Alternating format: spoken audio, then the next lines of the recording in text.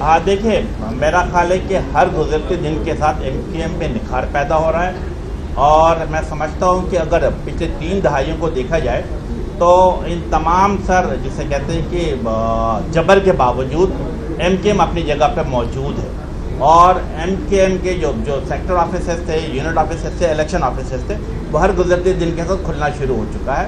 और अगर जिस तरह सवाल किया गया मैं समझता हूँ कि पिछली 3 दहाइयों में बिलखसूस 2018 की जो बात की गई, 2018 में क्या हुआ तो उस वक्त एमकेएम के 5000 कारकुनान जेलों में बंद थे, सैकड़ों की तादाद में कारकुनान लापता थे, तमाम यूनिट सेक्टर ऑफिसर बंद थे। लेकिन इसके बावजूद एमकेएम आज भी मौजूद है, एक नई तवानाई के साथ, एक ताकत के साथ मौजूद है और इंशाअल्लाह ताला आने वाले इलेक्शन में एमकेएम भरपूर कामयाबी हासिल करेगा। हमारी इत्तेहाद की वाहिद वजह करप्शन के खिलाफ सिंध के लोगों की आवाज़ बनना, सिस्टम जिसने पूरे कराची की ज़मीनों को, वसाइल को लूटा, उसका खात्मा करना, हमारा इत्तेहाद नौजवानों को रोज़गार देना, सिंध को अमन देना, पानी देना, हमारा K4 बनवाना, कराची में नए सड़कें बनाना, नई यूनिवर्सिटीज बनाना, हमारा इत्तेहाद नवाज शरीफ की विजन को और इनके शहबाज साहब की स्पीड को लेके आगे बढ़ के सिंध पाकिस्तान का हिस्सा है और सिंध के साथ इस्तेहसाल किया गया 15 साल तक। अब हम इसको बर्दाश्त मजीद नहीं करेंगे, इंशाअल्लाह खत्म करेंगे। ना इसका तो देखें आप ये इस पे हम कोई डिस्कशन ही नहीं कर रहे, हम तो इलेक्शन पे बात कर रहे हैं। जी देखिए, 1 मिनट इलेक्शन की ये जो आप तमीम की बात कर रहे हैं, हम 18th अमेंडमेंट को फर्दर आगे लेके जाना चाह रहे हैं। 18th अमेंडमेंट में हुआ क्या था? हुआ ये था कि फेडरल गवर्नमेंट से इख्तियारात जो आए थे प्रोविंसेस के पास आए थे। अब हमारी ख्वाहिश ये कि इख्तियारात नीचे लोकल गवर्नमेंट के पास जाएँ, शहरों में जाएँ, डिस्ट्रिक्ट में जाएँ, यूसीज में जाए। जो एजेंडा है डेवोल्यूशन का या डिसेंट्रल 18th अमेंडमेंट का एजेंडा था क्या? Decentralization, devolution.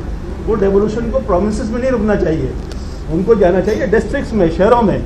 तो हमारा एजेंडा ये, हम बिल्कुल 18th अमेंडमेंट को फर्दर आगे लेके जाना चाह रहे हैं, इसको ख़त्म करने की कोई बात नहीं। जी अच्छा, ये बताइए कि मिसालें दे रहे हैं, ये बताएं कि कराची में अगर सीट एडजस्टमेंट होती है तो कौन कौन सी सीटों पे 8 सीट एडजस्टमेंट करेंगे? फिर आप माजी की मिसालें दे रहे हैं। माजी का रिकॉर्ड है कि एमकेएम का वोटर कभी भी नून लीग को वोट नहीं देता। आप उसको कैसे राजी करें? दूसरा, आप जो इत्तेहाद बना रहे हैं वो 100 से ज़ायद एमपीए की सीटें लेने वाली जमात के खिलाफ बना रहे हैं, आप गवर्नमेंट कैसे बनाएंगे? मुझे ये बताइए। देखिए, हमारी बातचीत जारी है, गवर्नमेंट जब बनाएंगे तो आप भी देखेंगे इंशाअल्लाह, और यहाँ पे हमारा वजीर आला भी होगा और तरक्की भी होगी। मेरा सवाल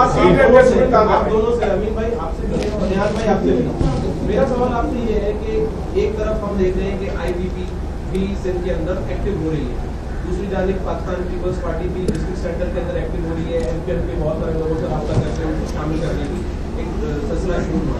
इस तमाम सूरत हाल के अंदर नून लीग का वोट जो तहरीक इंसाफ का वोट है वो आईबीपी की तरफ शिफ्ट होता हुआ हमें नजर आ रहा है बादल नजर, और जो एमकेएम का वोट है वो पीपल्स पार्टी के अंदर इंटैक्ट करने की कोशिश की जा रही है। आप लोगों को अपने इत्तेहाद करते हुए इस चीज़ को मद्देनजर रखा है कि ये वोट काटने की भी कोशिश की जा रही है पॉलिटिकली? मैं एक सिर्फ जवाब दूंगा, नवाज शरीफ का वोट बढ़ेगा घटेगा नहीं, इंटैक्ट है। बाकी देखिए, जहाँ तक एमकेएम का ताल्लुक है, आपने कहा बिल्कुल लाउड एंड क्लियर मैसेज है फॉर एवरीबडी कि एमकेएम का बड़े से बड़ा रहनुमा भी किसी पार्टी में शामिल हो जाता है तो अपनी फैमिली के 5 आदमी का वोट लेके भी नहीं जाता है।